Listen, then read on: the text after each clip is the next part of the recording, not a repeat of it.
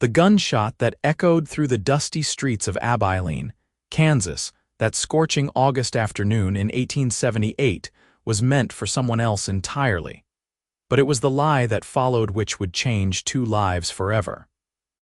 Clara Hutchins pressed herself against the weathered wooden planks of the general store, her heart hammering so violently she thought it might burst through her ribcage. The acrid smell of gunpowder hung thick in the air, mixing with the dust kicked up by panicked horses and fleeing townsfolk. She had witnessed the whole terrible scene unfold just moments before.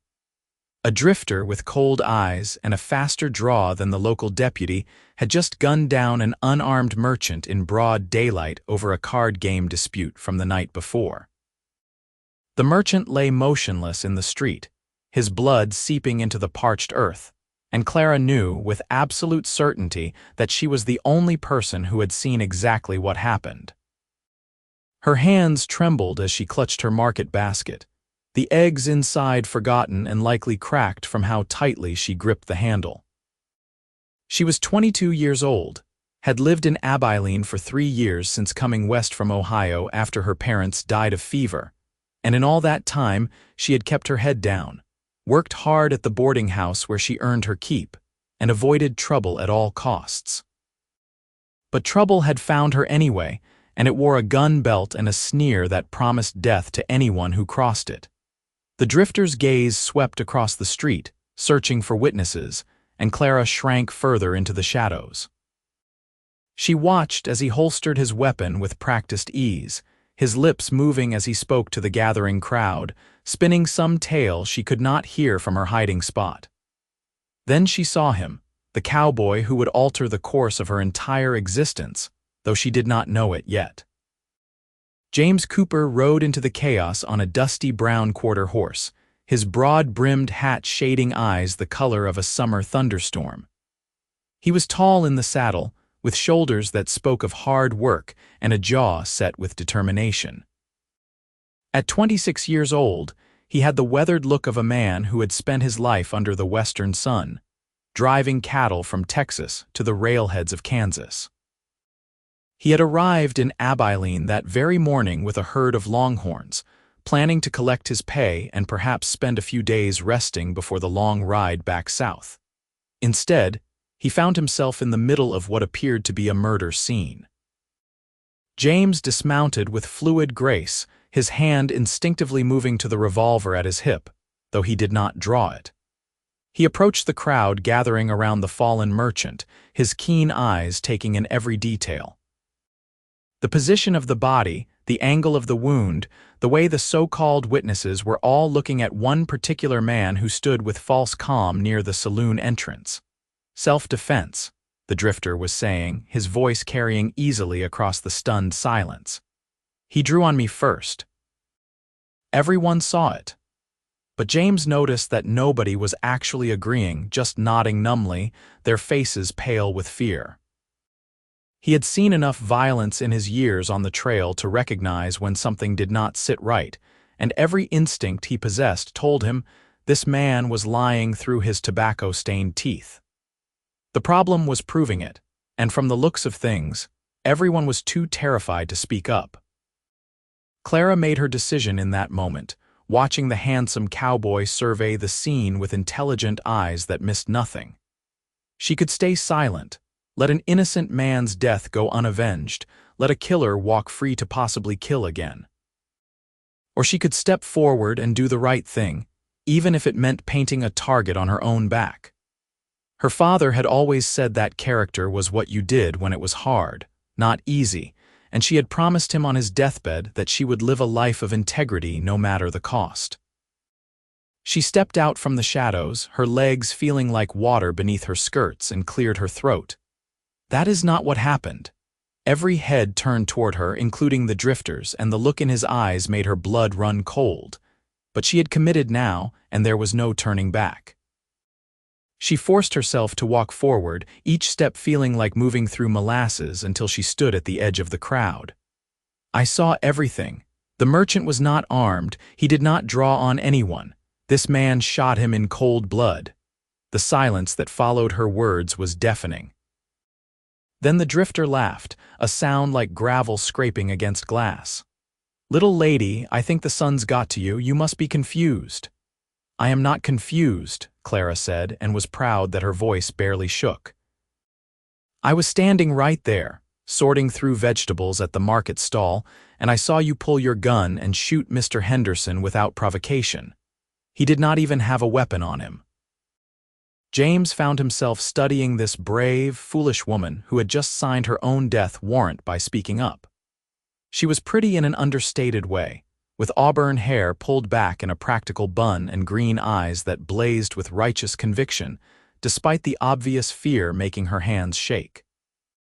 She wore a simple calico dress that had been mended more than once, and he could see the calluses on her fingers that spoke of hard work. Everything about her suggested she was an ordinary working woman, except for the extraordinary courage it took to stand up to a man who had just proven he would kill without hesitation. The drifter took a step toward Clara, his hand drifting toward his gun, and that was when James moved. He positioned himself directly between them, his stance casual but ready, one hand resting on his own weapon. "Seems like the lady has given her testimony. Sheriff will want to hear it, I reckon." "And who the hell are you?" the drifter snarled. "Name's James Cooper." "Just a cowboy passing through, but I got eyes same as anyone, and I can see that dead man there is not wearing a gun belt. Hard to draw on someone when you are not armed." He kept his voice level, almost conversational, but there was steel underneath that made several people in the crowd step back. The drifter's eyes narrowed, calculating odds. 2 against 1 was not the kind of fight he wanted in the middle of town, especially with the sheriff likely to arrive any moment. He spat in the dust and held up his hands in mock surrender. "Fine. Let the sheriff sort it out. But that woman better watch herself, making false accusations." "No accusation is false if it is true," James replied calmly. Sheriff Tom Morgan arrived moments later, his gray mustache bristling with irritation at having his afternoon poker game interrupted. He was a decent enough lawman, honest but tired, counting the days until he could retire to a little ranch outside town. He listened to Clara's account, then to the drifter's insistent claims of self-defense, and finally ordered his deputy to take the drifter into custody until a proper investigation could be conducted. As the drifter was led away in irons, he turned back to look at Clara with eyes that promised retribution. "This is not over, girl. Not by a long shot." Clara felt ice water replace the blood in her veins, but she lifted her chin and met his stare without flinching. Only when he was out of sight did she allow herself to sag against the nearest post, her knees finally giving out. Strong hands caught her before she could fall, and she looked up to find herself held steady by the cowboy with the storm-colored eyes. "Easy there," James said gently. "You did a brave thing, but maybe not the smartest." "Someone had to tell the truth," Clara whispered. "Yes, someone did. But now you have made yourself a target, and men like that have friends, people who will not take kindly to seeing one of their own locked up." He helped her stand on her own feet, but kept one hand on her elbow, steadying her. "Where do you live? I will walk you home." Clara wanted to protest that she did not need an escort, that she had been taking care of herself just fine for years, but the truth was her legs felt like jelly, and the delayed shock of what she had just done was setting in hard. The boarding house. Mrs. Patterson's place on 3rd Street. They walked in silence through the dusty streets, Clara acutely aware of the curious and pitying looks from townsfolk who had watched the scene unfold. News traveled fast in a town like Abilene, and by nightfall everyone would know that Clara Hutchins had testified against a killer. Some would call her brave, others would call her a fool. She was beginning to think both assessments might be accurate. James kept his stride measured to match hers, his presence solid and reassuring beside her. He scanned the streets with the vigilance of a man accustomed to danger, noting faces, exits, potential threats. "You got family here. Someone who can keep an eye on you." No family. I work at the boarding house, cooking and cleaning for Mrs. Patterson. It is just me." Clara hated how small her voice sounded, how alone those words made her feel. "Then I reckon I will be staying at Mrs. Patterson's place for a few days," James decided. "Need somewhere to rest up before heading back to Texas anyway." Clara stopped walking and turned to face him. "You do not have to do that. You do not even know me. I know you are the kind of person who stands up for what is right even when it is dangerous. That is enough." His gray eyes held hers with an intensity that made her breath catch, and I know that Drifter meant what he said. "You are going to need someone watching your back until the trial." "There might not even be a trial," Clara pointed out. "The sheriff might decide my word alone is not enough evidence. Then we find more evidence. Someone else must have seen something, even if they are too scared to say so right now. Sometimes folks just need a little time and encouragement." James resumed walking, and Clara fell into step beside him automatically. Mrs. Patterson's boarding house was a large two-story structure with peeling white paint and a wraparound porch that had seen better days. It was clean and respectable if shabby, the kind of place that catered to working men and traveling salesmen who did not have much money but wanted a decent bed and hot meals. Mrs. Patterson herself was a formidable woman in her late 50s, widowed twice and not inclined to suffer fools or nonsense. She was sweeping the porch when Clara and James arrived, and her sharp eyes took in Clara's pale face and shaking hands immediately. "Child, what has happened?" "You look like you have seen a ghost." Clara's carefully maintained composure crumbled, and the whole story came pouring out between gasping breaths that threatened to become sobs. Mrs.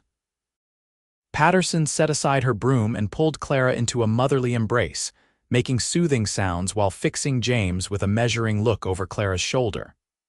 "And who might you be?" she asked, not unkindly but with the wariness of a woman who had learned to be cautious about strangers. "James Cooper, ma'am. I was there when Miss Hutchins gave her testimony. Thought I might rent a room for a few days, keep an eye on things." He removed his hat respectfully. Mrs. Patterson's expression softened slightly. "You are one of the drovers who came in with that herd this morning." "Yes, ma'am. Trail boss hired me in San Antonio for the drive north." "Can you pay?" The question was blunt but fair. "Yes, ma'am. Got my wages from the cattle sale." James pulled out a leather pouch and counted out coins for a week's room and board. "Room 4, top of the stairs on the left. Supper is at 6, breakfast at dawn, and I do not tolerate drinking, gambling, or women of ill repute under my roof." "We clear, Crystal, ma'am."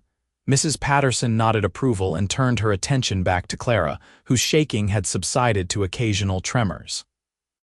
"You go on up to your room and rest. I will handle supper preparations tonight, and do not you worry, girl. That Drifter tries anything here, he will have to get through me first, and I sleep with a shotgun." Despite everything, Clara felt a small smile tug at her lips. Mrs. Patterson was fierce when it came to protecting her own, and Clara had become like a daughter to her over the past 3 years. She nodded and headed inside, acutely aware of James's eyes following her until she disappeared up the stairs. That evening, Clara forced herself to come down for supper, even though her appetite had vanished. The boarding house dining room was full of the usual residents plus James, who had cleaned up and changed into a fresh shirt but still wore his gun belt. She noticed several of the other boarders glancing at him with curiosity, and at her with a mixture of admiration and concern. She served the meal as always, ladling out beef stew and slicing bread with hands that only shook slightly. When she placed James's bowl in front of him, he looked up and gave her a small nod of encouragement that warmed something inside her chest. After everyone had been served, Mrs. Patterson insisted Clara sit down and eat rather than waiting until everyone else had finished as she usually did. "You need your strength," the older woman said firmly. "Sit." Clara sat, finding herself in the empty chair next to James. They ate in silence for a few minutes, the conversation around them flowing around the events of the afternoon. News had indeed spread, and everyone had opinions about what Clara had done. Brave but foolish, pronounced Mr. Hendricks, a traveling salesman who peddled farming equipment. That drifter's kind do not forget. Someone had to speak up, countered Mrs. Chen, a Chinese laundress who rented a room while she saved money to bring her family from California. Mr. Henderson had children. They deserve justice for their father. Justice does not do much good if you are dead, Mr. Hendricks muttered. She will not be alone, James spoke up, his voice quiet but carrying enough authority to silence the table. I will be staying on for a while, and I intend to make sure Miss Hutchins comes to no harm. And who are you to make such promises? Challenged Mr. Hendricks. Someone who keeps his word. James met the salesman's eyes without blinking until the other man looked away. After supper, Clara escaped to the kitchen to wash dishes, grateful for the mindless routine of the task. She was elbow-deep in soapy water when she heard footsteps behind her and turned to find James in the doorway, holding his empty bowl and coffee cup. "Thought I would bring these in," he said. "You did not have to do that. I would have collected them." Clara took the dishes and added them to her washing basin. James leaned against the doorframe, his presence somehow making the spacious kitchen feel smaller and warmer. "I have been thinking about what you saw this afternoon. Can you walk me through it again? Every detail you remember." Clara dried her hands on her apron and closed her eyes, bringing the terrible scene back into focus. "I was at the vegetable stall, the one run by Mrs. Kelly. I was examining tomatoes, trying to find ones that were not too bruised. I heard voices rising, angry voices, and I looked toward the saloon. The drifter and Mr. Henderson were standing in the street.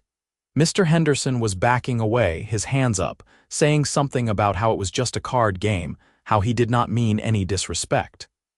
The drifter said something I could not quite hear, and then he just drew his gun and shot Mr.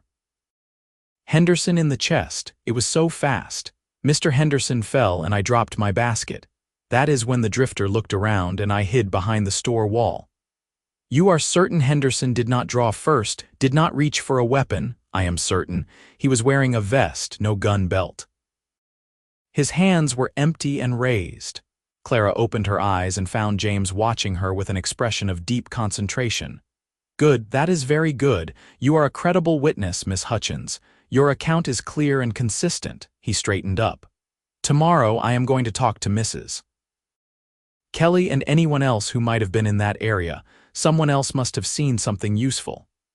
"Why are you doing this?" Clara asked suddenly. "Why do you care so much about what happened to a stranger or about what happens to me?"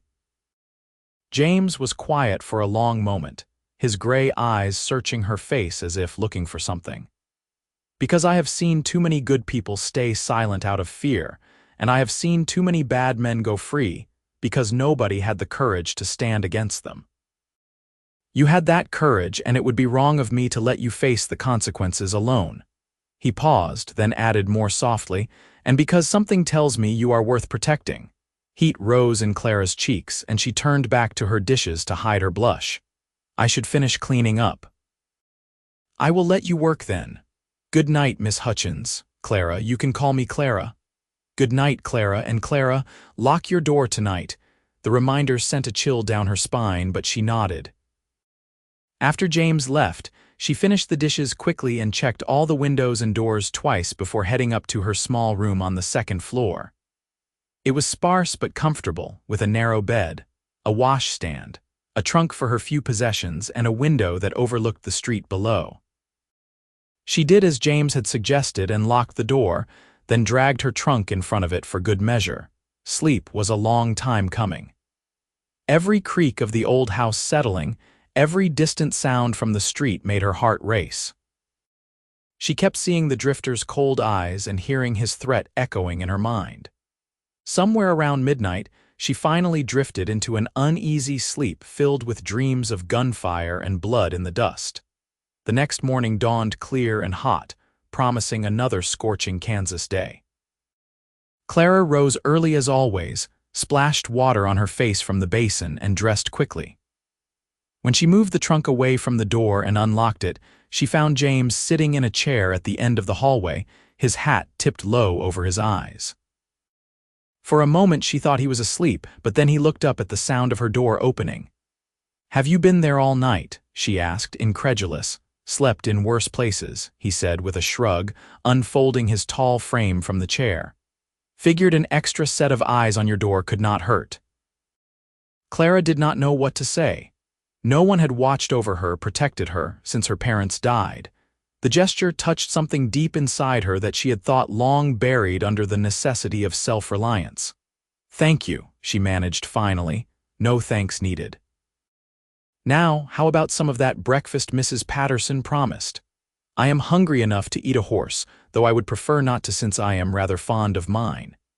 His easy humor coaxed a genuine smile from Clara, and together they headed downstairs to begin the day.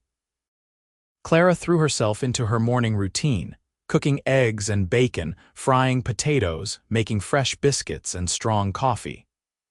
The familiar tasks soothed her jangled nerves, and by the time the boarders began filing in for breakfast, she felt almost normal again.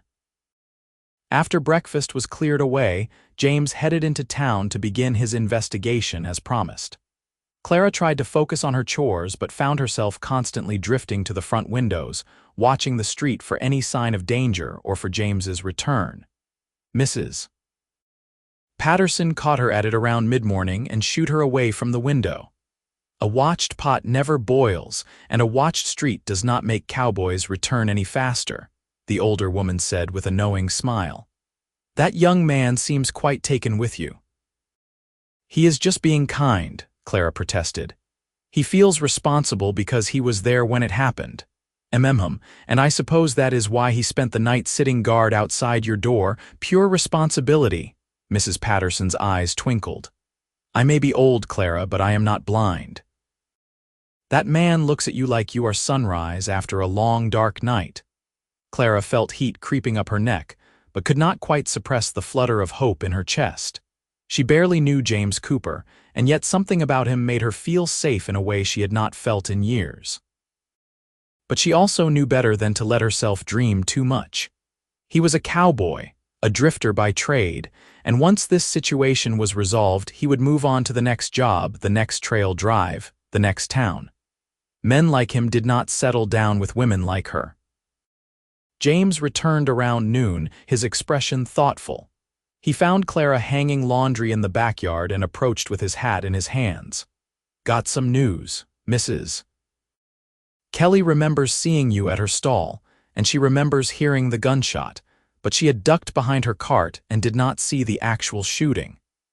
However, she directed me to a young boy named Timothy who does odd jobs around that area. I found him, and after some gentle encouragement and a coin or two, he admitted he saw the whole thing from where he was sweeping the boardwalk." Clara's heart leaped. "Will he testify?" "He is scared, but I think I can convince him if we can promise his mother that he will be protected. The problem is his mother is a widow working as a seamstress, barely scraping by.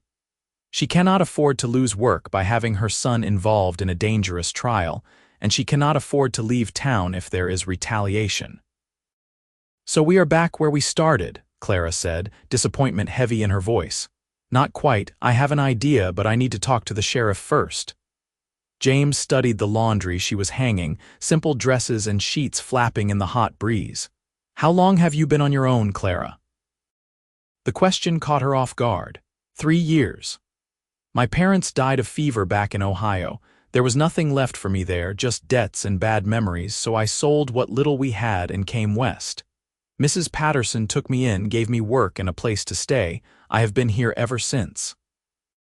No other family, no one back east, an aunt in Philadelphia, but we were never close. She made it clear after the funeral that she had no intention of taking in a penniless niece."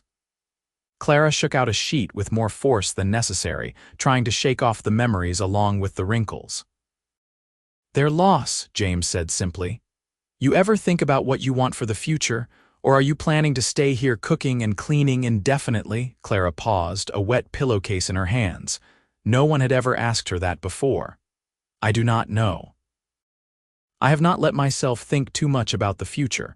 It seemed like a luxury I could not afford when I was just trying to get through each day." "Why do you ask?" "Just curious." You seem like someone who should have more than this, that is all." He settled his hat back on his head. "I am going to go find the sheriff now. Stay close to the house, and if that drifter's friends come sniffing around, you get inside and bar the door. Understand?" "I understand. James?" She waited until he looked back at her.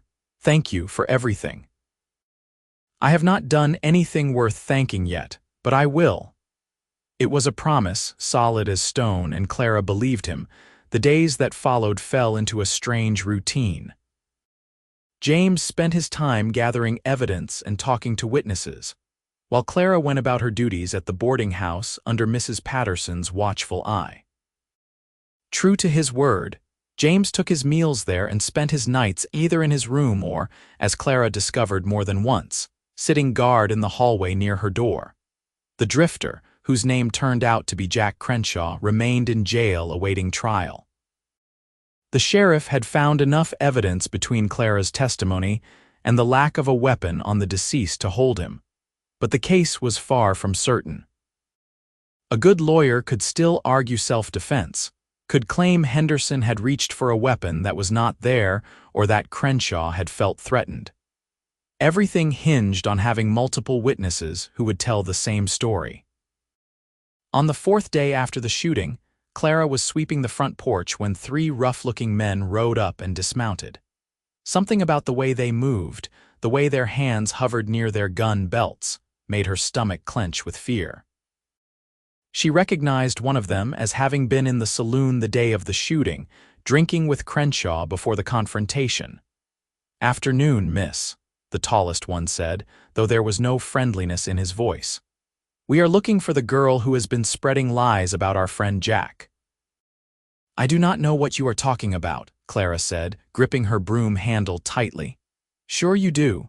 Pretty little thing with red hair who told the sheriff she saw Jack murder a man in cold blood. That would be you, would it not?" He took a step closer and Clara backed toward the door.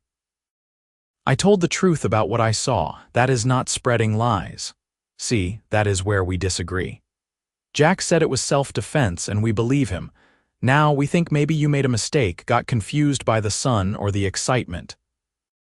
We think maybe you should go tell the sheriff you were wrong about what you saw." Another step closer, Clara's hand found the doorknob behind her. "And if I do not? Then we will have to conclude you are a liar who is trying to get an innocent man hanged, and we cannot allow that. Jack's got a lot of friends, miss, a lot of friends who do not take kindly to seeing one of their own railroaded." The lady said no.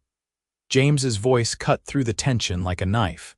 He emerged from around the side of the house, and Clara had never been so relieved to see anyone in her life. "I suggest you boys mount up and ride out before this gets ugly." The three men turned to face him, their stance shifting to something more aggressive. "This is not your concern, Cowboy. I am making it my concern. Now you can leave peacefully, or the sheriff can come collect what is left of you." "Your choice." James had not drawn his weapon, but his hand rested on the grip in a way that suggested he could clear leather faster than they could blink. The tall man's eyes narrowed, calculating odds. 3 against 1 should have been easy, but something about the cowboy's complete confidence gave him pause. "We will go, but you cannot protect her forever. Eventually you will ride out and then she will be all alone. You think about that, girl. Think hard about whether lying is worth dying for." They mounted and rode off at a lazy pace, deliberately casual, but the threat hung in the air like smoke. Clara's legs gave out and she sat down hard on the porch steps. James was beside her in an instant, his hand on her shoulder. "Are you all right? Did they hurt you?" "No, I am fine." "They just scared me." She hated how shaky her voice sounded, hated showing weakness, but she could not seem to stop trembling. James sat down beside her on the steps, close enough that she could feel the warmth of his body, smell the scent of leather and sage that clung to him. "I am sorry I was not here sooner. I was checking the perimeter of the house when they rode up. You could not have known they would come, and you got here in time. That is what matters." Clara took a deep breath, trying to steady herself. "You were right, though. They are not going to give up. As long as I am a witness, I am in danger. Then we need to make sure there are other witnesses so you are not the only target. I spoke with Timothy's mother this morning. I offered to pay for them to stay at a hotel in Topeka until after the trial, somewhere Crenshaw's friends cannot find them. She is thinking about it. You cannot pay for that. You already paid for a week here and you have barely touched your wages. What else am I going to spend it on? Whiskey and cards. I would rather put it towards something worthwhile. He turned to look at her, and the intensity in his gray eyes made her breath catch. You are worthwhile, Clara. Getting justice for Mr. Henderson is worthwhile. Do not argue with me on this. Clara wanted to argue anyway, wanted to tell him he had done enough, that she could not accept such generosity from a near stranger. But the words would not come because the truth was she needed his help, and she was desperately grateful to have it. You barely know me, she whispered instead. Why are you doing all this? James was quiet for a long moment, his gaze drifting to the dusty street where the three men had disappeared. My father was killed when I was 15, he said finally. He was a ranch foreman in Texas, honest as they came. Some men were rustling cattle from the herd he was guarding, and he confronted them. They shot him and left him to die. 3 men saw it happen, ranch hands who were supposed to be my father's friends. But they were too scared to testify, too worried about what the rustlers might do to them if they spoke up. So those men went free, and my father's killer never faced justice. My mother died of a broken heart a year later, and I have been on my own ever since. Clara felt tears prick her eyes at the pain in his voice, the old grief that still lingered. I am so sorry, James. The point is, I know what it costs when good people stay silent. And when I saw you step forward yesterday, knowing the danger but doing it anyway, I saw a courage I wish those ranch hands had possessed. I saw someone who understood that the truth matters, that justice matters, even when it is hard and scary. I could not walk away from that. I could not walk away from you. He looked at her then, really looked at her, and Clara felt something shift between them, some invisible line being crossed. I am glad you did not walk away, she said softly. I have been alone for so long, handling everything myself, that I forgot what it felt like to have someone on my side. You are not alone anymore. His hand found hers, his calloused palm warm and strong against her own work-roughened skin. As long as I am here, you are not alone. They sat like that for a while, hands clasped, shoulders touching, watching the sun track across the Kansas sky. Clara felt something blooming in her chest, something warm and terrifying and wonderful all at once. She barely knew this man, but she trusted him in a way she had not trusted anyone since her parents died. And more than trust, she was beginning to feel something deeper, something that made her heart race and her stomach flutter with anticipation whenever he was near. The trial was set for 2 weeks after the shooting, which gave James time to continue building the case. Timothy's mother finally agreed to accept James's offer of protection in exchange for her son's testimony, and James personally escorted them to Topeka, making sure they were settled safely before returning to Abilene. While he was gone, Clara felt his absence like a physical ache, and she realized with startling clarity that she was falling in love with the tall cowboy who had ridden into her life like a hero from a dime novel. When James returned 2 days later, dusty and tired from the ride, Clara met him on the porch with a smile that made his own face light up in response. "Miss me?" he asked, his tone teasing but his eyes hopeful. "Perhaps a little," Clara admitted, which was the understatement of the century. She had missed him terribly, had worried about him constantly, had counted the hours until his return. "Just a little. I am wounded." He pressed a hand to his heart in mock pain, and Clara laughed, the sound surprising her with its genuine joy. That night at supper, Clara served James his favorite meal, a thick steak with potatoes and greens, and pretended she had not specifically requested Mrs. Patterson let her cook it. James noticed anyway if his knowing smile was any indication, but he had the grace not to comment. After the meal, as had become their habit, James helped Clara wash dishes in the kitchen. It was domestic and comfortable, their hands occasionally brushing in the soapy water, their conversation flowing easily from serious topics to silly observations about the other boarders. Mrs. Patterson watched them from the doorway with a satisfied smile before retiring to her room, leaving them alone in the warm lamplight. "I have been thinking," James said as he dried a plate with careful attention. "After the trial, I was planning to head back to Texas, sign on with another cattle drive, but I have been wondering if maybe I should stick around here for a while instead." Clara's heart skipped several beats. "Why would you do that?" "Well, Abilene is a decent town. Growing fast with the railroad. Probably need experienced hands at the stockyards, or I could hire on at one of the local ranches." He set down the plate and turned to face her fully. "Or maybe I just found a reason to stay that has nothing to do with jobs or opportunities." "James," Clara breathed, not daring to hope she understood what he was implying. He reached out and tucked a loose strand of hair behind her ear, his touch achingly gentle.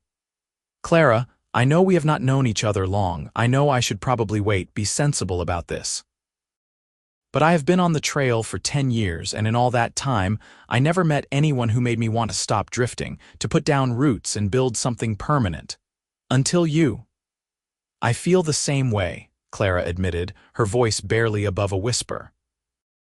"You make me feel safe and protected, but also like I am more than just a housekeeper or a witness or any other role I have had to play. You make me feel seen. You are seen, Clara. I see you, and you are extraordinary." He cupped her face in his hands, his thumbs brushing across her cheekbones with reverent care. "Can I kiss you?" In answer, Clara rose on her tiptoes and closed the distance between them. The kiss was soft and sweet at first, tentative, an exploration and a promise. Then James's arms came around her, pulling her closer, and the kiss deepened into something that made Clara's toes curl and her heart soar. She had been kissed before, clumsy, fumbling attempts by boys back in Ohio, but this was entirely different. This was a kiss that spoke of longing and hope, of two lonely souls finding home in each other. When they finally broke apart, both breathing hard, James rested his forehead against hers. "I am going to do this right," he promised. "I am going to court you properly once this trial business is settled and you are safe. I am going to prove I am worthy of you." "You already have," Clara said, but she smiled at his determination. "But I will not object to being courted." The next week passed in a haze of happiness, tempered by lingering danger. Crenshaw's friends made no more direct threats, but Clara often felt eyes watching her when she went into town for supplies, and more than once she saw unfamiliar men loitering near the boarding house. James remained vigilant, accompanying her whenever she left the house and maintaining his nighttime vigil outside her room.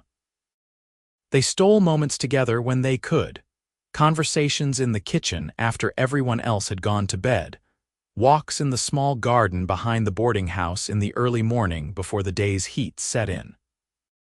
James told her about his life on the trail, the vast herds of cattle stretching to the horizon, the camaraderie of the cowboys, the dangers of river crossings and stampedes. Clara told him about her childhood in Ohio, her parents' small farm, her mother's gentle kindness and her father's quiet strength.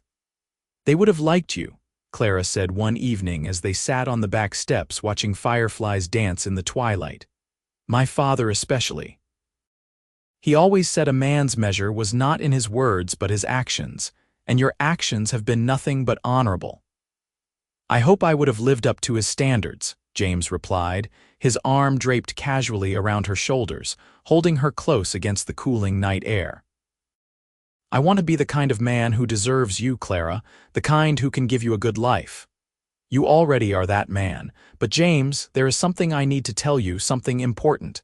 Clara's stomach clenched with nerves, but she had to be honest with him. "I do not have anything. No money, no property, no dowry. I'm just a working girl with nothing to offer but myself." James turned her to face him, his expression serious. "Clara Hutchins, you listen to me. You have more to offer than any woman I have ever met. You have courage and integrity, kindness and strength." You have a heart that is true and a spirit that refuses to be broken. That is worth more than all the money or property in the world. If you will have me, knowing I am just a cowboy with nothing but a horse, a saddle, and some saved wages, then we will build something together.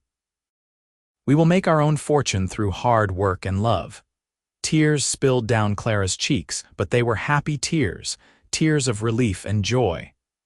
"Then we are well matched, because I am just a girl with nothing but a few dresses and a lot of dreams." "Then let us dream together," James said, and kissed her under the emerging stars. The day of the trial arrived hot and tense. The courthouse was packed with curious townspeople, journalists from newspapers as far away as Kansas City, and grim-faced supporters of Jack Crenshaw who glared at anyone associated with the prosecution. Clara wore her best dress, a simple but clean garment of dark blue calico, and tried to control her shaking hands as she waited to be called to testify. James sat directly behind where she would be seated, his presence a solid comfort. He had dressed in his finest clothes, which meant a clean shirt and vest, his boots polished to a shine, and his hair neatly combed. He looked handsome and respectable, and Clara drew strength from knowing he was there. The prosecutor was a young lawyer named Michael Brennan, newly arrived from St. Louis and eager to make his reputation. He had listened carefully to Clara's account and assured her that with her testimony and Timothy's corroboration, they had a strong case. Still, Clara knew that juries were unpredictable, especially when the defendant had friends who were not shy about making implied threats. Crenshaw sat at the defense table looking smug and confident, his lawyer an expensive hire brought in from Topeka, who specialized in getting guilty men off on technicalities. The judge was a stern-faced man named Howard Blackwell, known for being fair but tough, and Clara could only hope that his reputation was deserved. The proceedings began with opening statements. The prosecution laid out their case simply. Jack Crenshaw had murdered Samuel Henderson in cold blood over a petty dispute, and there were witnesses who would attest to the truth. The defense countered that their client had acted in self-defense against an armed aggressor, that the witnesses were mistaken or lying, and that the prosecution's case was built on nothing but speculation and prejudice against an outsider. Then came the testimony. Clara was called first, and she walked to the witness stand on legs that felt like wood. She swore on the Bible to tell the truth, the whole truth, and nothing but the truth, and then she told her story. She described where she had been standing, what she had been doing, exactly what she had seen. She did not embellish or exaggerate, just stated the facts as clearly and calmly as she could manage. The defense attorney tried to shake her testimony, asking leading questions designed to trip her up or make her seem uncertain. "Is it not possible, Miss Hutchins, that from your position you could not clearly see whether Mr. Henderson was reaching for a weapon? Could the sunlight not have obscured your view? Could you not be mistaken about whether he was armed?" "No, sir," Clara replied firmly. "The sun was behind me, so I had a clear view. Mr. Henderson was not reaching for anything. His hands were raised and empty, and he wore no gun belt. I am not mistaken. But you were frightened, were you not? Fear can distort perception, make us see things that are not there or miss things that are. I was frightened after the shooting, yes, but my view of the shooting itself was perfectly clear. I know what I saw." The defense attorney tried several more angles of attack, but Clara held firm, her testimony unwavering. When she was finally excused and returned to her seat, James reached forward and squeezed her hand, pride evident in his eyes. Next came Timothy, the young boy who had witnessed the shooting while sweeping the boardwalk. He was nervous, his voice shaking, but his testimony matched Clara's in every important detail. Henderson had been backing away, unarmed and frightened when Crenshaw drew and fired. The defense tried to discredit him by pointing out his youth and suggesting his mother had been bribed, but the boy stuck to his story with admirable courage. The prosecution rested after presenting the testimony of the doctor who had examined Henderson's body and confirmed he had carried no weapons, and a character witness who testified that Henderson had been a peaceful man who avoided conflict. The defense presented several witnesses who claimed Crenshaw was of good character and had acted in genuine fear for his life, but their testimony was vague and unconvincing compared to the clear, consistent accounts from Clara and Timothy. The jury deliberated for 3 hours that felt like 3 years. Clara waited in the courthouse, unable to eat or drink, her nerves stretched to breaking. James stayed beside her the entire time, not saying much, just being present, his hand holding hers in a grip that anchored her to reality. When the jury finally returned, the foreman stood and delivered their verdict in a strong, clear voice. We find the defendant, Jack Crenshaw, guilty of murder in the 1st degree. The courtroom erupted in noise, some people cheering, others shouting in protest. Crenshaw lunged to his feet, his face twisted with rage, screaming threats and curses at Clara, at the jury, at the judge. The bailiff and several deputies wrestled him down and dragged him from the courtroom as he continued to roar vengeance. Clara felt the blood drain from her face at the hatred in his voice, the specific and detailed promises of what he would do to her if he ever got free. James pulled her against his chest, shielding her from the sight, his arms wrapped protectively around her. Judge Blackwell banged his gavel repeatedly until order was restored. The defendant will be hanged at sunrise 2 days hence. Court is adjourned. Outside the courthouse, Clara drew in great gasping breaths of fresh air, feeling like she might faint or be sick or both. James guided her to a quiet spot away from the dispersing crowd and held her while she shook with reaction. "It is over," he murmured into her hair. "You did it, Clara. You got justice for Mr. Henderson. It is over." "He threatened me," Clara whispered. "Did you hear what he said?" "Even knowing he is going to hang, he still threatened me."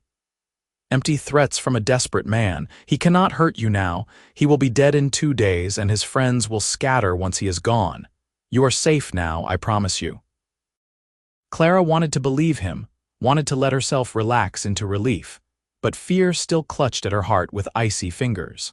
What if Crenshaw's friends came after her anyway, seeking revenge for his execution? What if they decided to make an example of her, to show other potential witnesses what happened when you testified against their kind? As if reading her thoughts, James cupped her face and made her look at him. "Listen to me. I am not going anywhere. I am staying right here in Abilene with you. Anyone who wants to hurt you will have to go through me first, and I promise you that is not going to happen." "You cannot protect me forever," Clara said, echoing the threat Crenshaw's friends had made days earlier. "Watch me." It was not a boast, but a statement of simple fact, and the determination in James's eyes finally allowed Clara to take a full breath. They returned to the boarding house, where Mrs. Patterson had prepared a celebratory supper. The other boarders offered their congratulations, praising Clara's courage and expressing relief that justice had been served.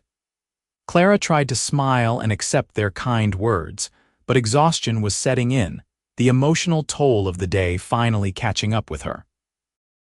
That night, Clara lay in her bed staring at the ceiling, unable to sleep despite her fatigue. She kept hearing Crenshaw's threats, seeing his face twisted with hatred.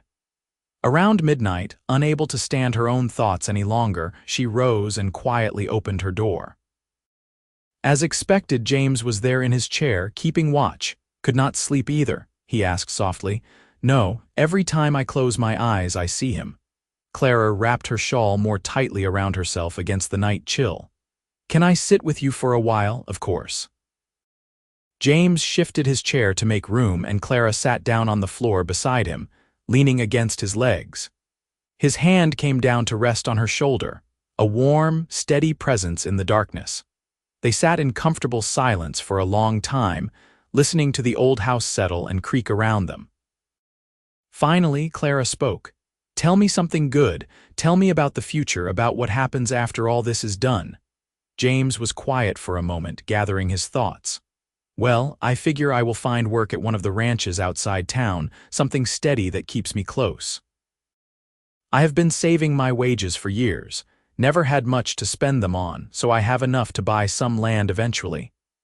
Maybe a small place, nothing fancy, but enough for a few horses and cattle. A house with a real kitchen and a front porch where we can sit in the evenings and watch the sunset. That sounds wonderful, Clara whispered. There would be room for a garden if you wanted one, room for children to run and play when the time comes, room to build a life that is ours, something solid and permanent.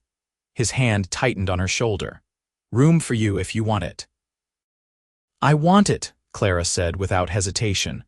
I want all of it with you. Then that is what we will have. I give you my word, Clara. Once Crenshaw is buried and his friends have moved on, once you are truly safe, I am going to ask you properly to be my wife. I am going to do this right with respect and honor the way you deserve. Tears slipped down Clara's cheeks, but they were happy tears this time. You are a good man, James Cooper, the best man I have ever known.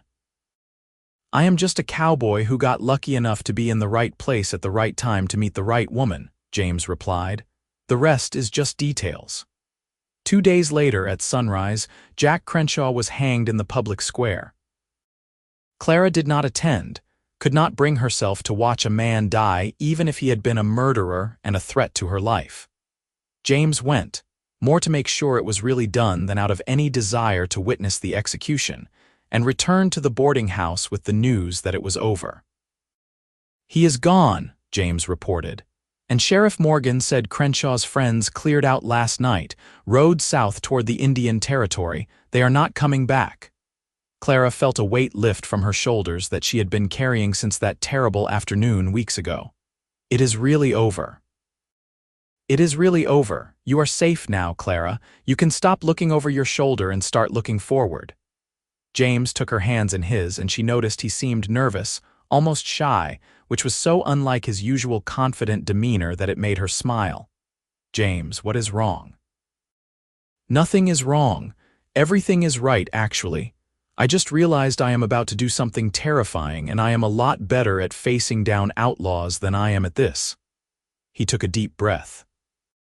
Clara Hutchins, I know I said I would wait, would court you properly before asking, but I cannot wait another minute. I love you. I have loved you since the moment you stepped out from behind that wall and chose to tell the truth, even though it meant risking everything. You are brave and beautiful and kind, and you make me want to be a better man than I ever thought I could be. Would you do me the honor of becoming my wife? Clara's breath caught in her throat, joy flooding through her with such intensity it was almost painful. Yes, she managed to say through her tears. Yes, James, I will marry you. I love you too so very much. James let out a whoop of joy and picked her up, spinning her around right there in the boarding house parlor. Mrs.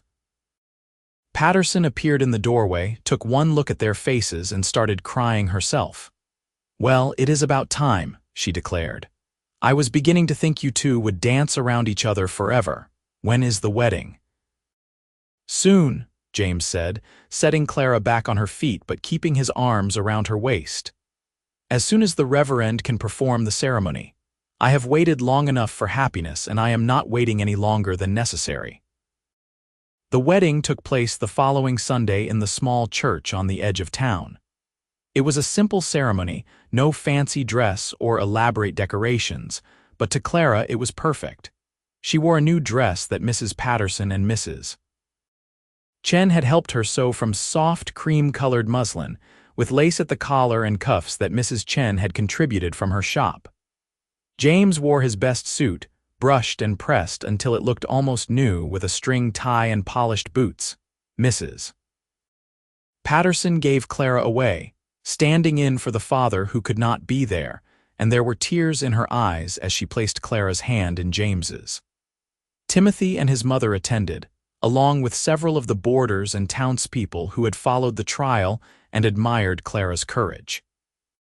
It was not a large gathering, but it was filled with people who genuinely cared about the couple's happiness, and that made it more meaningful than any grand society wedding could have been.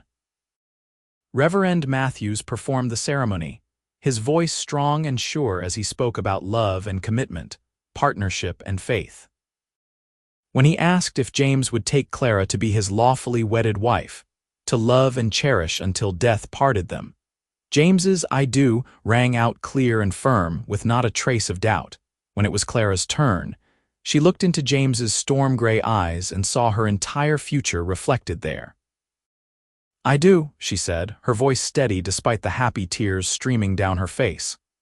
"Then, by the power vested in me, I pronounce you husband and wife. James, you may kiss your bride." And he did, sweetly and thoroughly, while their small congregation applauded and cheered. Clara felt like her heart might burst with happiness as James swept her into his arms and carried her down the aisle, both of them laughing with pure joy. The celebration afterward at the boarding house was lively and warm. Mrs. Patterson had prepared a feast, and there was music and dancing in the parlor. Clara danced with her new husband, her feet barely touching the floor as James whirled her around the room. Later, she danced with Timothy, who was growing braver by the day now that the trial was behind him, and with some of the male boarders who wanted to congratulate her. But always her eyes found James across the room, and always he was watching her with a look of such love and wonder that it made her breath catch. When the evening finally wound down and the guests began to depart, James collected his wife and carried her up the stairs to the room they would now share, Mrs. Patterson having insisted they take the largest room on the second floor as her wedding gift to them. James set Clara down gently just inside the door and cupped her face in his hands. "Hello, Mrs. Cooper," he said softly. "Hello, Mr. Cooper," Clara replied, loving the sound of her new name. "Have I mentioned today that I love you?" "Once or twice, but I do not think I will ever tire of hearing it." He kissed her forehead, her cheeks, the tip of her nose, finally her lips.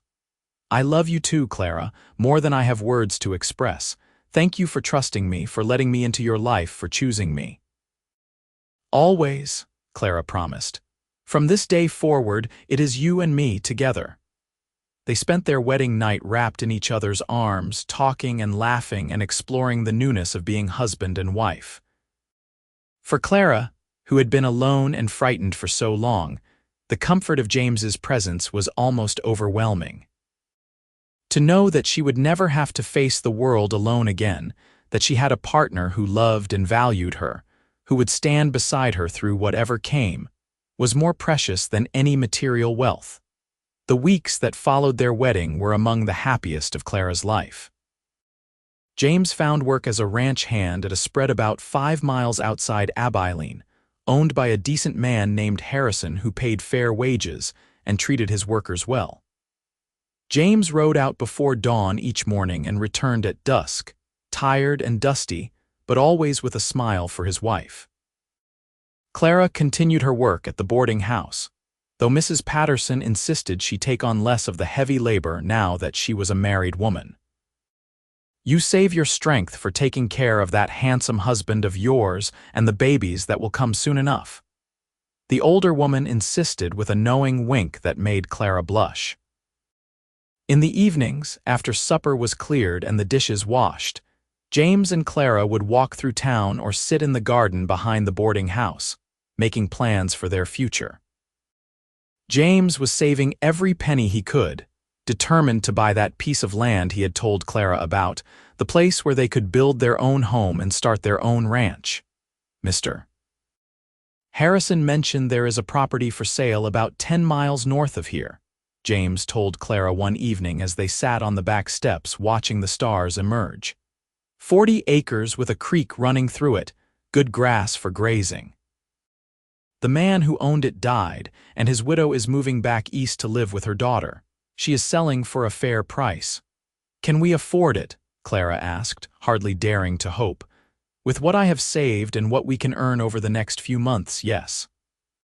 We would need to build a house, start small, but we could do it." James pulled her closer against his side. "What do you think? Ready to become a ranch wife?" "I am ready for anything, as long as I am with you," Clara said honestly. "But James, I should tell you I do not know the first thing about ranching. I grew up on a farm, but it was crops, not cattle. Then I will teach you.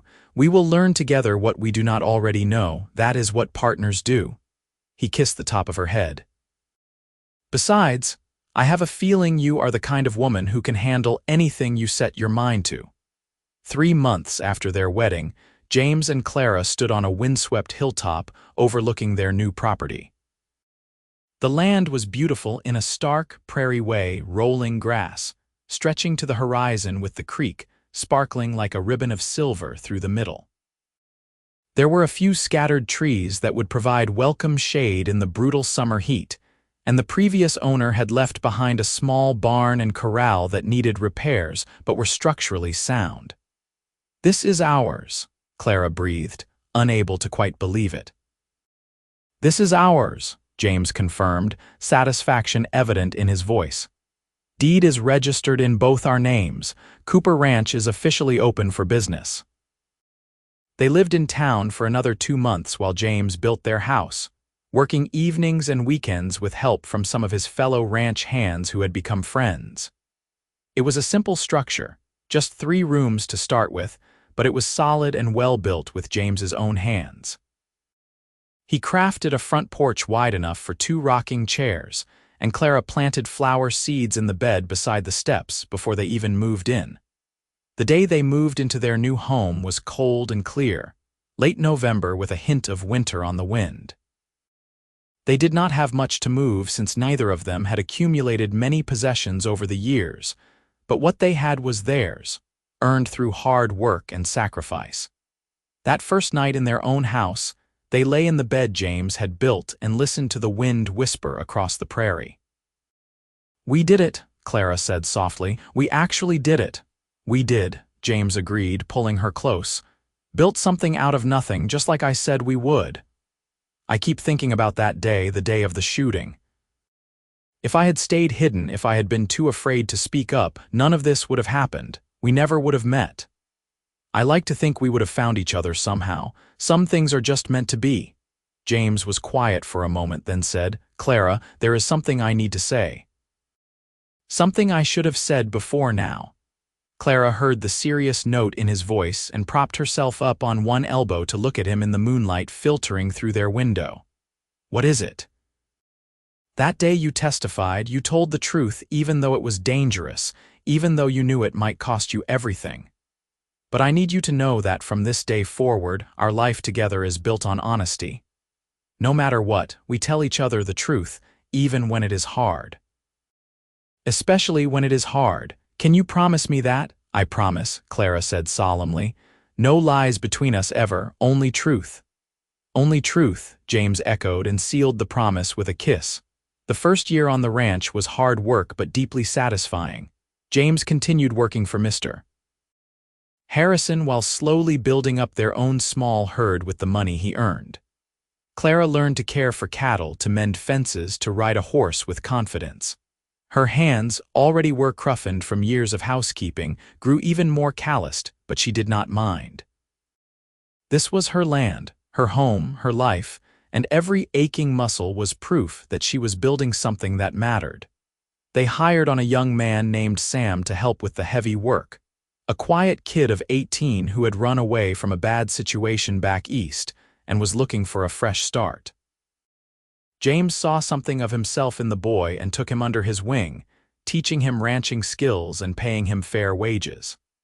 Sam slept in the barn and took his meals with them, quickly becoming almost like family. In the spring, Clara discovered she was pregnant. The realization came on a morning when she was unable to keep down her breakfast, something that had never happened before despite the many early mornings and hard work. Mrs. Patterson, who Clara still visited regularly, took one look at her green face and knowing smile. "Well, well," the older woman said with satisfaction. "I wondered when you would figure it out. How far along do you think you are?" "I do not know. 2 months, maybe." Clara pressed a hand to her still flat stomach, wonder and fear warring inside her. "Oh, Mrs. Patterson, what if I am not ready? What if I cannot do this? Clara Cooper, you faced down a killer and helped send him to the gallows. You left everything you knew to come west alone. You built a ranch from nothing with your bare hands and your husband's determination. If you can do all that, you can certainly handle being a mother." Mrs. Patterson pulled her into a warm hug. "You are going to be wonderful, child. That baby is lucky to have you."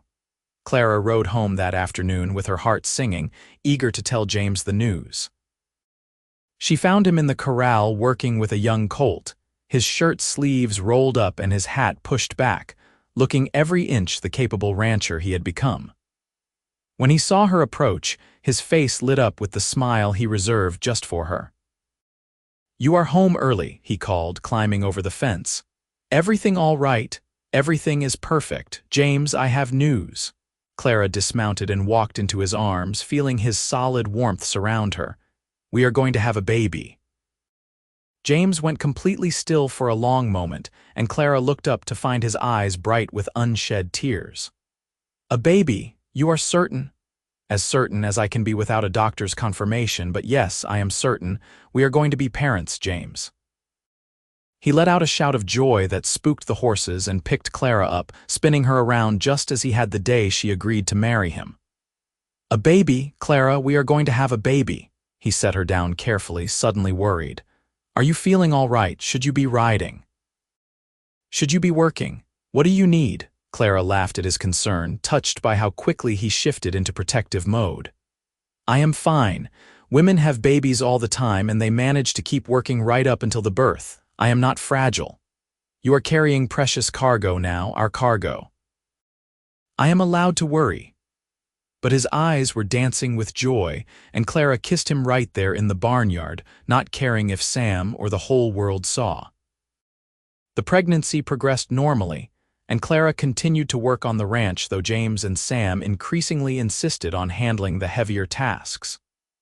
By late summer, her belly was round and prominent, and she could feel the baby moving inside her, small flutters that gradually became stronger kicks. James would spend long minutes with his hand on her stomach, marveling at the life growing there. "Hello, little one," he would murmur. "This is your papa. Cannot wait to meet you. Your mama and I have been working hard to make sure you have a good place to grow up, lots of space to run and play. You are going to love it here, I promise." On a cool October morning, as the leaves on their few trees were turning gold and the air carried the first hint of winter, Clara's labor began. James sent Sam racing to town to fetch the midwife, an experienced woman named Mrs. Callahan, who had delivered half the babies in the county. While Sam was gone, James stayed by Clara's side, holding her hand through the contractions, wiping her face with a cool cloth, offering words of encouragement. "You are doing so well," he kept saying. "You are the bravest, strongest woman I have ever known. You can do this." "I know I can," Clara gasped between pains, "but that does not mean I have to enjoy it." James laughed despite his worry, and Clara managed a smile even through the pain.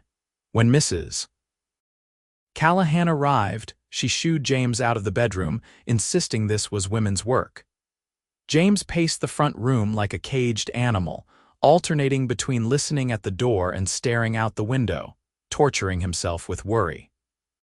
The labor lasted through the afternoon and into the evening, each of Clara's cries feeling like a knife in James's heart. Sam, who had returned from town and was lurking awkwardly outside, tried to reassure him that this was normal, that babies took their time, but James could not shake his fear. What if something went wrong? What if he lost her? The thought was unbearable. Finally, as the sun was setting in a blaze of orange and pink, he heard a new sound, the thin, wavering cry of a baby. James's heart stopped, then started again at double speed. The bedroom door opened and Mrs. Callahan emerged with a tired but triumphant smile. "Congratulations, Mr. Cooper. You have a son, and your wife did beautifully. They are both healthy and well." James did not remember crossing the room, but suddenly he was at the bedside, staring down at Clara, who looked exhausted and radiant all at once. In her arms was a tiny bundle wrapped in a blanket, and as James watched, the blanket squirmed and a miniature fist emerged. "Meet your son," Clara said softly, her voice hoarse but filled with love.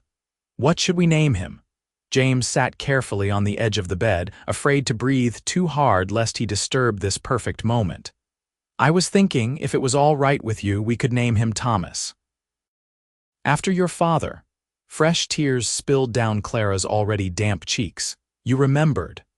"I remember everything you have ever told me. Your father sounded like a good man, and I would be honored if our son could carry his name."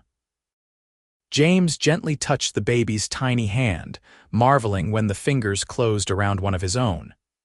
"Hello, Thomas. Welcome to the world, son. We are your parents, and we are going to love you more than you can possibly imagine." Little Thomas grew strong and healthy, filling the ranch house with his cries and gurgles and, eventually, his laughter.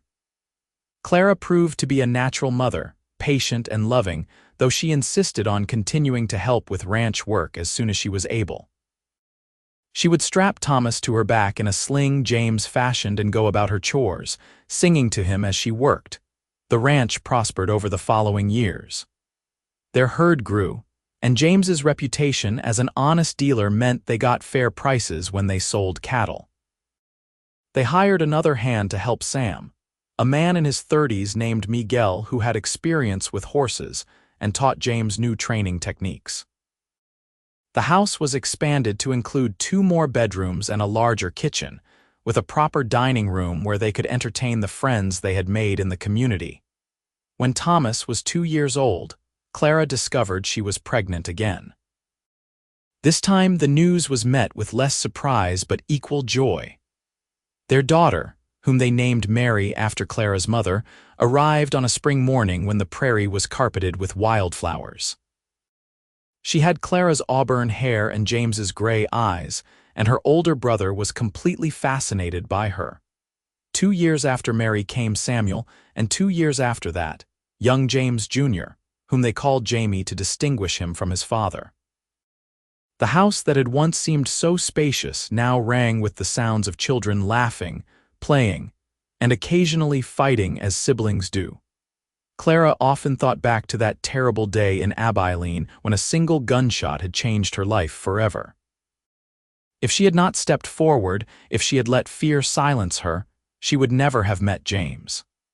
They would never have built this life together, never have brought these beautiful children into the world, never have created this haven of love and safety on the Kansas prairie. One evening, after the children were all in bed and the house was finally quiet, Clara and James sat on their front porch in the rocking chairs they had placed there years ago. James was whittling a toy horse for Jamie while Clara mended a tear in Thomas's shirt.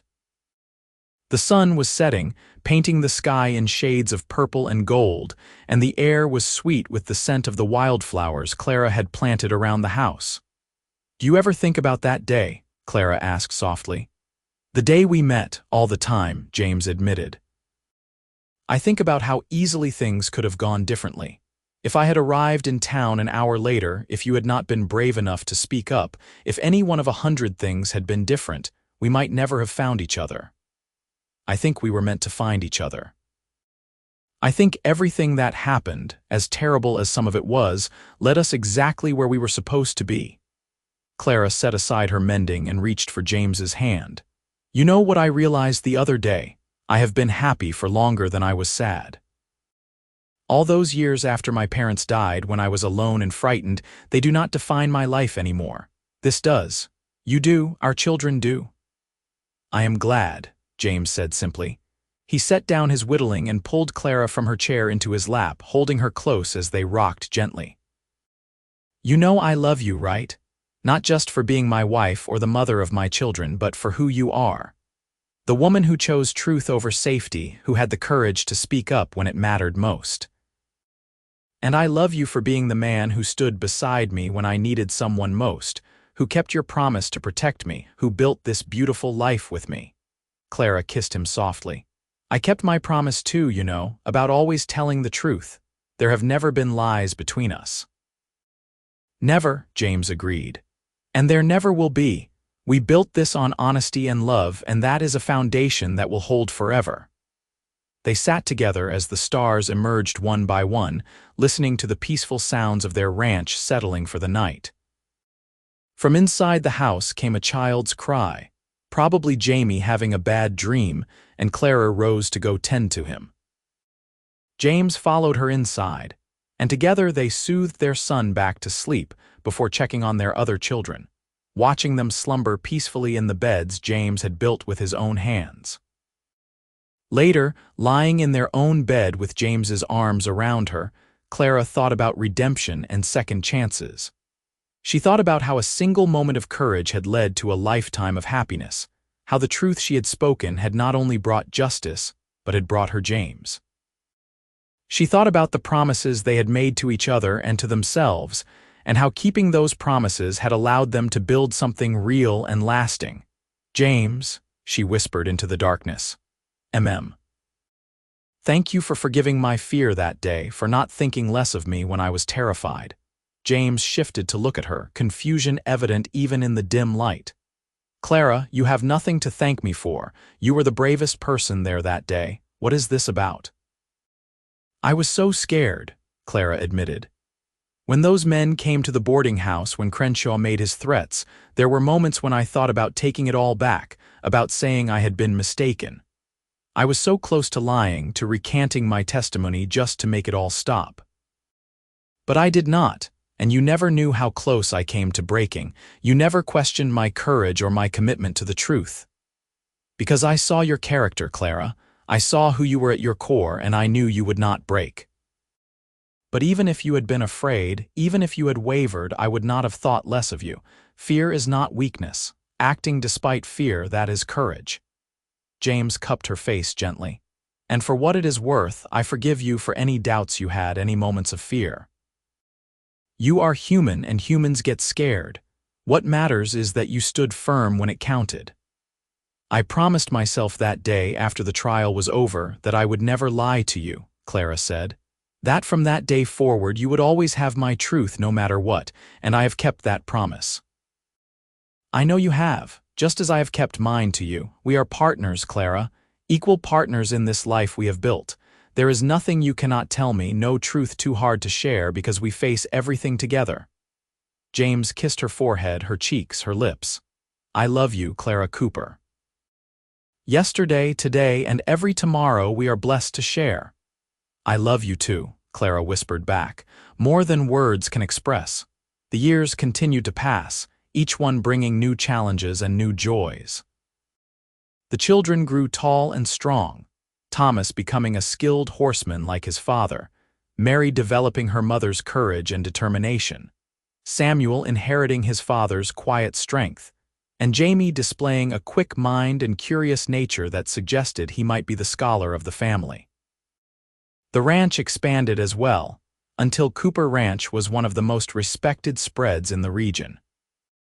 James's reputation for honesty and fair dealing meant people sought him out, and he often found himself mediating disputes between neighbors or advising younger ranchers on how to build successful operations. Clara became known for her hospitality, always ready with a meal and a kind word for travelers passing through, and her garden became legendary, producing vegetables and flowers even in the harsh Kansas climate. When Thomas was 16, he asked his parents about how they had met. The children knew bits and pieces of the story, but Thomas was old enough now to understand the full tale. So one evening, with all 4 children gathered around, Clara and James told them everything. They spoke about the shooting, about Clara's testimony, about the danger and the fear, and about how love had grown in the midst of it all.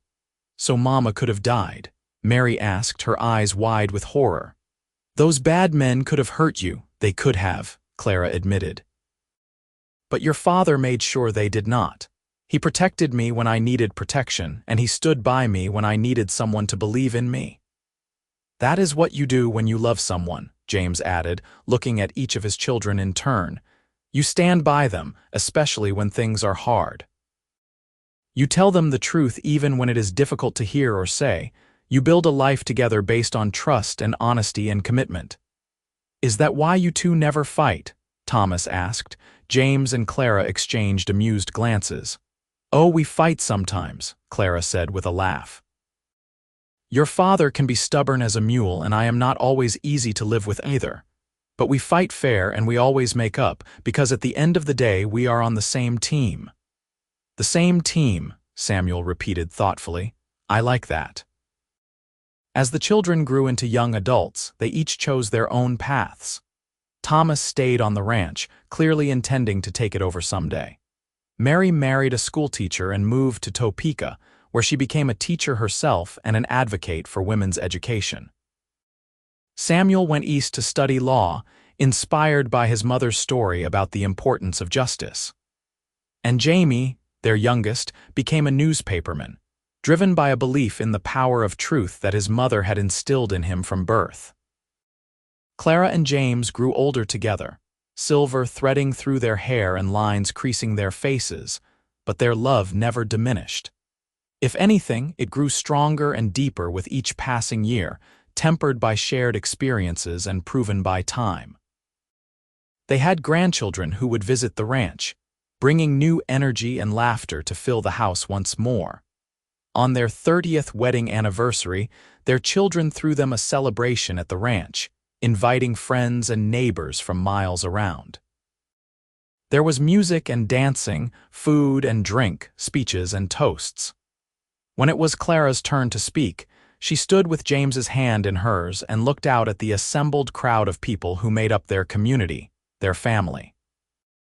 30 years ago, she began, her voice still strong despite her age, I made a choice to tell the truth even though it was frightening. That choice led me to this man beside me, and together we built a life I could never have imagined in my wildest dreams. We built this ranch, raised 4 incredible children, and made more friends than we can count. But more importantly, we built a partnership based on honesty, on trust, on the promise that we would always tell each other the truth no matter what. She turned to James, tears shining in her eyes. You have been my best friend, my partner, my protector, and my love. You have stood by me through good times and bad, through droughts and floods, through sick children and hard winters. You have never lied to me, never betrayed my trust, never given me reason to doubt your love. You are the best man I have ever known, and I thank God every day that you rode into Abilene that afternoon in 1878. James pulled her close, uncaring that everyone was watching. And I thank God that you were brave enough to step forward and speak the truth, because that truth led me to you. These 30 years have been the greatest adventure of my life, Clara. Here is to 30 more. They kissed to thunderous applause and cheers, and the celebration continued late into the night. When everyone had finally gone home or settled into guest rooms, Clara and James walked out to the front porch, where they had spent so many evenings over the years. The stars were brilliant overhead, the same stars that had witnessed their wedding night, the births of their children, the building of their dreams. Sweet redemption, Clara murmured, more to herself than to James. What was that? He asked. I was just thinking how fitting that phrase is. That is what you gave me, James. Sweet redemption. When you forgave my moments of weakness, when you stood by me despite the danger, when you loved me for who I was rather than what I could offer you, you redeemed all those years I spent alone and afraid. You gave me a reason to keep telling the truth, to keep being brave, to keep believing that good things could happen to people who chose to do right. Clara, you were always redeemed. You did not need me for that, but I am honored to have been part of your journey as you have been part of mine. James wrapped his arms around her from behind, and they stood together looking out at the land they had built into something beautiful. I love you, Mrs. Cooper, today and always. I love you too, Mr. Cooper, from that day forward when I promised you my truth and for all the days still to come. The prairie wind whispered through the grass, carrying with it the promise of seasons yet to turn, of grandchildren yet to be born, of years yet to be lived. And on the porch of their ranch house, built with love and hard work and honest dealing, Clara and James Cooper held each other close and watched the stars wheel overhead, grateful for every moment that had led them to this perfect peace. Years continued to unfold like the pages of a well-loved book.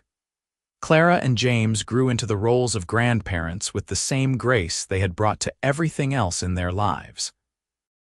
Their grandchildren loved visiting the ranch, where Grandpa James would teach them to ride, and Grandma Clara would tell them stories about the old days while feeding them cookies that were never quite cool enough. Thomas took over running the ranch with his father's guidance, proving himself a worthy successor. He had married a girl from town, a practical woman named Ruth, who reminded Clara very much of herself at that age. They had 3 children who grew up strong and capable, learning early the value of hard work and honest dealing. When Clara was 65, Mrs. Patterson passed away peacefully in her sleep. Clara mourned the loss of the woman who had been like a mother to her, who had taken in a frightened girl from Ohio and given her a chance at a new life. At the funeral, Clara spoke about kindness and the importance of helping those in need, about how one person's generosity could change the course of someone's entire life. James stood beside her as she spoke, his hand on her back, offering silent support as he had done for nearly 40 years. After the funeral, they walked through town past the boarding house which was now under new management, past the courthouse where Clara had testified so long ago, past the spot where the shooting had occurred and where her life had changed forever. "You ever regret it?" James asked as they paused on that corner. "Wish you had not gotten involved?" "Never," Clara said firmly. "Not for one single moment. Yes, it was frightening. Yes, it was dangerous. But it was also the right thing to do, and doing the right thing led me to you. How could I regret that?" "Some people would," James pointed out. "Some people would say it was not worth the risk. Then they would be wrong. The truth is always worth the risk. Justice is always worth fighting for, and love, real true love built on honesty and trust, is worth everything." Clara turned to face her husband, this man who had stood by her through decades of life, who had never wavered in his devotion or his integrity. "You taught me that, James. Or maybe you just reinforced what my parents had already taught me. But you showed me that living with truth and honor brings rewards that are beyond measure." They walked back to where they had tied their horses, moving more slowly than they once had but still strong and capable. The ride back to the ranch was peaceful, the countryside familiar and beloved. This was their home, the place they had built together, the legacy they would leave to their children and grandchildren. That evening, after supper with Thomas's family, Clara and James retired to their bedroom. It was a comfortable room, worn in the way that things become worn through years of use and love. The quilt on the bed had been made by Mary when she was learning to sew. The dresser had been built by Samuel as a Christmas gift. The mirror had been a present from Jamie after he sold his first major newspaper story. Every item held a memory, a connection to the life they had built and the family they had raised. James helped Clara with the buttons on the back of her dress, his fingers still deft despite the arthritis that was beginning to plague his joints. Clara brushed out her long hair, now more silver than auburn, while James prepared for bed. These quiet evening rituals had been performed thousands of times over their decades together, a comfortable routine that spoke of intimacy and trust. "James," Clara said as they settled into bed, "I need to tell you something true." James turned to her with immediate attention, recognizing the serious note in her voice. "What is it?" "I am getting old," Clara said simply. "We both are. And I have been thinking about what comes next, about what happens when one of us is gone. I need you to promise me something." "Anything," James said without hesitation. "Promise me that if I go first, you will not shut yourself away. Promise me you will keep living, keep being involved with the children and grandchildren, keep being the man I fell in love with. And if you go first, I promise the same to you. We have built too much, touched too many lives to let grief make us withdraw from the world." James was quiet for a long moment, his hand finding hers in the darkness. "That is a hard promise to make because I cannot imagine this world without you in it, but you are right. We owe it to each other and to our family to keep going, to keep living fully until the end. So yes, I promise." "Good, and one more thing. I want you to know that every day I have spent with you has been a gift. Every morning I wake up beside you, every meal we share, every conversation and argument and moment of laughter, all of it has been precious beyond words. If I died tomorrow, I would die happy, knowing I had a love that most people only dream about. Clara Cooper, you are not allowed to die tomorrow or any time soon, James said, pulling her close. I need you here with me, but I feel the same way. You have been the greatest blessing of my life, and I thank God for you every single day. They fell asleep wrapped in each other's arms, as they had done for nearly 40 years, two souls so intertwined that it was impossible to tell where one ended and the other began. The years that followed were gentle ones, filled with the simple pleasures of watching grandchildren grow, of tending the garden and the ranch, of sitting on the porch in the evenings and counting blessings. Clara and James slowed down, as was natural with age, but they remained active and engaged with the world around them. On their 50th wedding anniversary, their children organized another celebration, even grander than the one for their 30th. This time there were great-grandchildren in attendance, a new generation who would carry on the Cooper name and values. The ranch was more prosperous than ever under Thomas's management. Mary's school in Topeka had become one of the most respected in Kansas. Samuel was a successful attorney known for taking cases that served justice rather than just profit. And Jamie's newspaper in Kansas City had a reputation for honest, fearless reporting. As Clara looked around at all the people gathered to celebrate their marriage, she was overwhelmed with gratitude. From that single moment of courage 50 years ago had sprung all of this. A family, a legacy, a life worth living.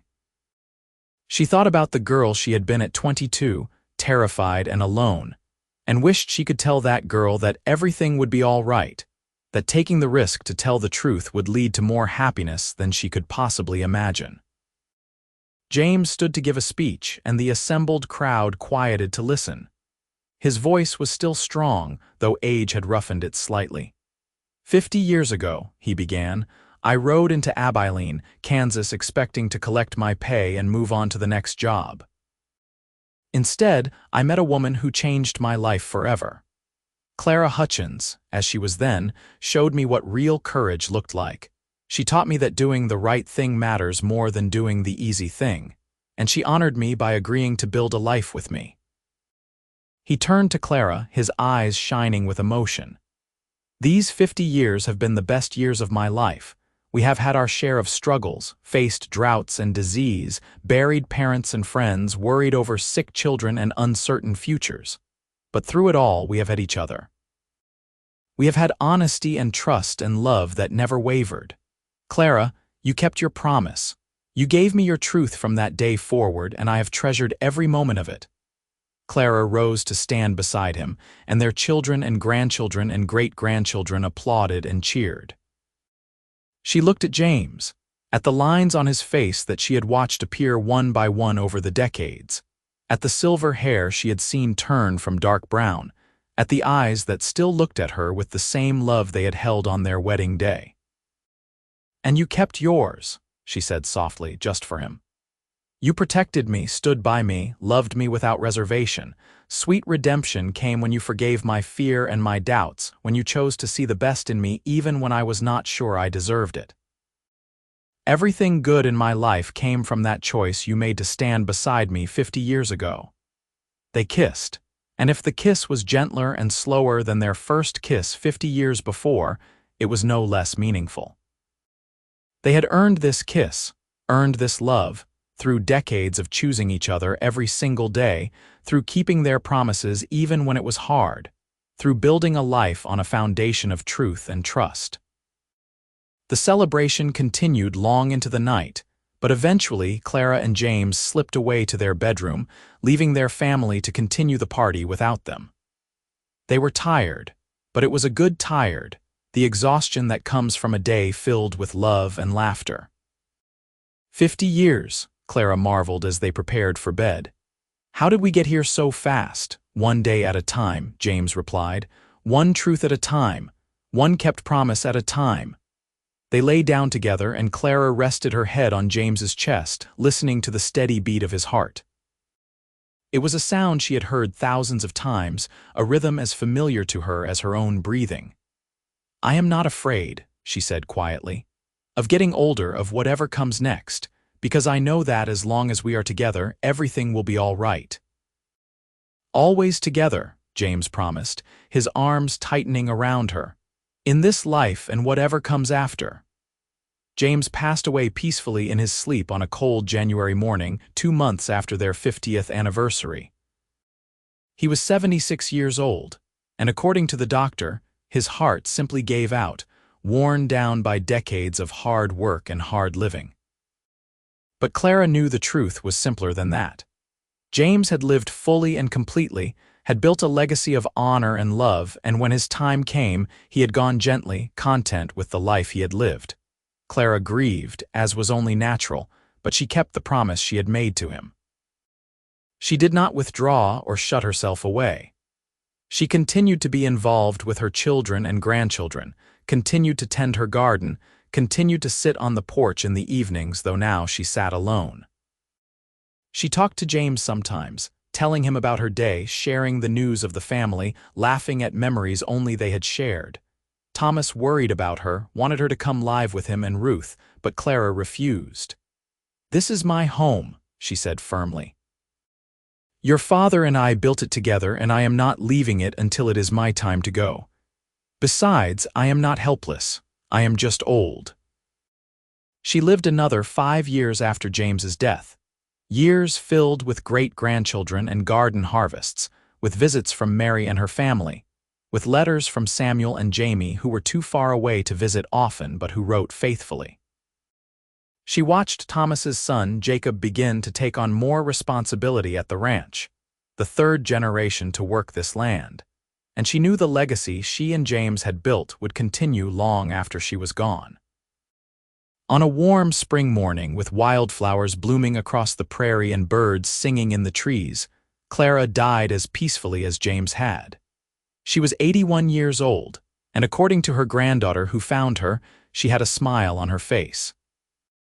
On the table beside her bed was a letter she had been writing to Mary, and the last line read, "I am not afraid, darling. I am going to see your father again, and I have so much to tell him." The funeral was enormous, people coming from all over Kansas and beyond to pay their respects to Clara Cooper, the woman who had stood up for truth and justice, who had built a ranch and a family, who had lived with integrity and honor every day of her long life. Her children stood together, united in their grief, but also in their gratitude for the mother they had been blessed to have. As Clara was laid to rest beside James in the small cemetery on the hill overlooking their ranch, Reverend Matthews spoke about courage and love, about truth and redemption. He spoke about how one woman's choice to speak up had led to a life that touched countless others, about how the example Clara and James had set continued to inspire everyone who had known them. Clara Cooper understood something that many people never learn, the Reverend said. She understood that the truth, even when it is difficult or dangerous, is always worth speaking. She understood that real love is built on honesty and trust, on keeping promises even when it is hard. And she understood that a life lived with integrity, a life devoted to doing what is right rather than what is easy, is a life worth celebrating. After the service, as people slowly dispersed and returned to their own lives, the 4 Cooper children stood together at their parents' graves. Thomas, Mary, Samuel, and Jamie, now all in their 50s and 60s, linked hands and stood in silence, remembering the parents who had loved them so well. "They did it right," Thomas said finally. "Built something real that lasted. They kept their promises," Mary added. "To each other and to all of us." "They told the truth," Samuel said, "always the truth no matter what. And they loved each other," Jamie finished. "Really, truly loved each other until the very end and beyond." It was a fitting epitaph for James and Clara Cooper, whose love story had begun with a gunshot and a lie exposed, and had ended only when death finally parted them after 55 years of marriage. They had built a legacy not just of land and cattle, but of values and character, of showing their children and grandchildren and great-grandchildren what it meant to live with honor and love with your whole heart. Years later, when Jamie finally wrote the story of his parents' lives for his newspaper, He titled it Sweet Redemption, a love story built on truth. The article was widely reprinted across the West, inspiring readers with its tale of courage and love, of how standing up for what is right can lead to rewards beyond imagination. But for those who had known James and Clara personally, no article could fully capture the essence of who they had been or what they had meant. That could only be known by walking the land they had tamed, by sitting on the porch they had built, by feeling the love that still seemed to linger in every corner of the ranch house they had called home.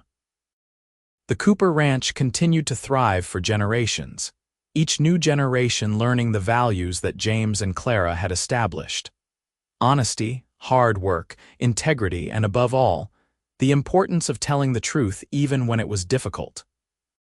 The story of how Clara had testified against a killer and how James had stood by her became a family legend, told and retold to each new generation of Cooper children as an example of courage and character.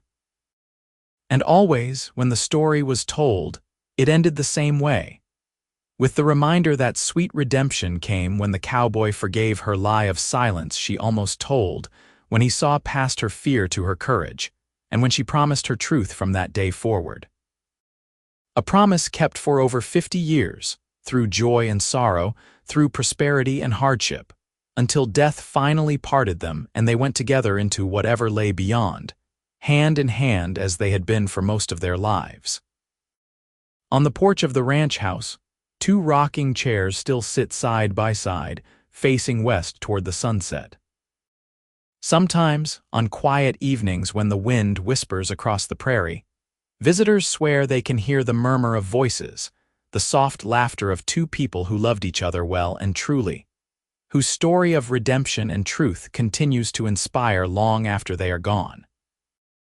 And in the small cemetery on the hill, 2 headstones stand side by side, marking the final resting place of James and Clara Cooper.